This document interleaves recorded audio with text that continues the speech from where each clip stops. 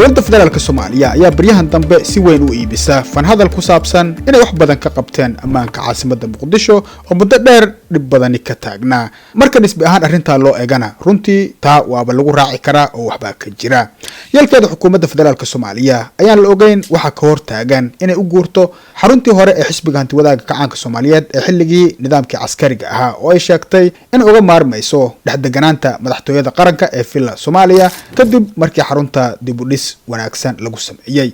haddii xukuumadda federaalku halka u guuri lahayd waxa astaan weyn u noqon lahayd isbedel weyn oo ka muuqda ammaanka caasimadda waxaana sidoo kale culayska kala qaadi lahaa xarumaha dowladda oo imika ku urursan iskuna dul saaran degmooyin kooban xitaa haddii ay awoodda dowladdu wada gaarto magaalada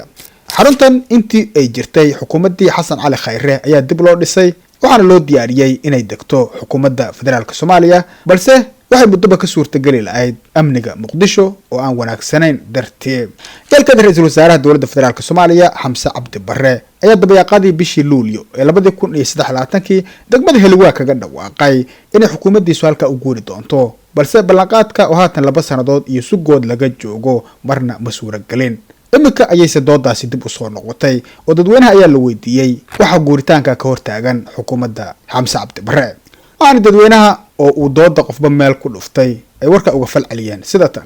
Macaawimuuday ayaa yiri amnigu inuusan wanaagsanayn ayay cadeynaysaa in wasiir waliba uu xafiiskiisa ku shaqayn waayo waxaan hubaa haddii xukuumaddu halka u guurto in amnigu wax badan iska bedeli lahaa Abdulqaadir Honest ayaa isaguna arrintan ku xujeeyay dowladda waxaanu yiri xaruntan marka ay soo degto xukuumadda Soomaaliya markaas buu run noqonayaa isbedelka amni ee la sheegayo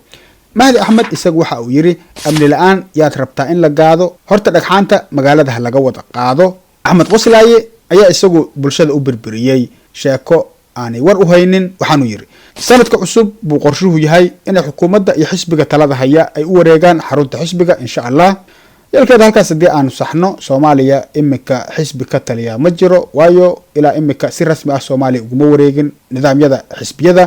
walow uu qorshuhu sidaa yahay Ali Jamcaale ayaa isagu dhinac kale arrinta ka eegay waxaanu iftiimiyay dib dadka halka uga iman kara isagoo leh haday soo guurto xukuumaddu laamigaas waa xirmay ifka xalane iyo General Daawud labadaba yar kale oo lagu magacaabo Yusuf Nuur isaga dhinac kale ayay wax uga hilaaceen oo waxa uu yiri horta wadada Sodonka iyo warshadaha hal dhiso